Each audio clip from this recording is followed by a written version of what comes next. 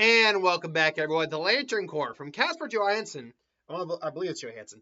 We have the question of what is the Lantern Corps of Saruman from the Lord of the Rings? Now, Sauron is he's got a lot of variety to him in terms of like rage, fear, avarice, all that. Saruman, however, from an emotional spectrum standpoint, is not an easy guy to pin down.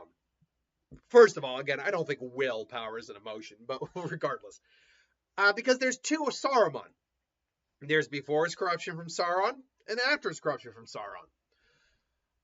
I'm going to be flat out honest. I'm not sure there's actually an actually good candidate either way. There is certainly no reason for him to be a Sauron Lantern. Definitely not a Gold Lantern. No Lantern of shame at all. He really didn't feel any shame for what he did. No, definitely not a White Lantern.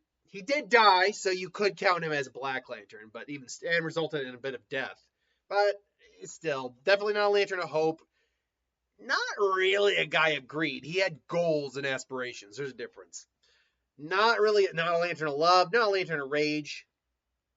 An argument could have been made for fear at one point, but that was it. It's a loose argument that ultimately that ultimately would fall apart as people lost fear of him. Really, beforehand, it's probably will, and even then, his willpower was no match for the will of Sauron.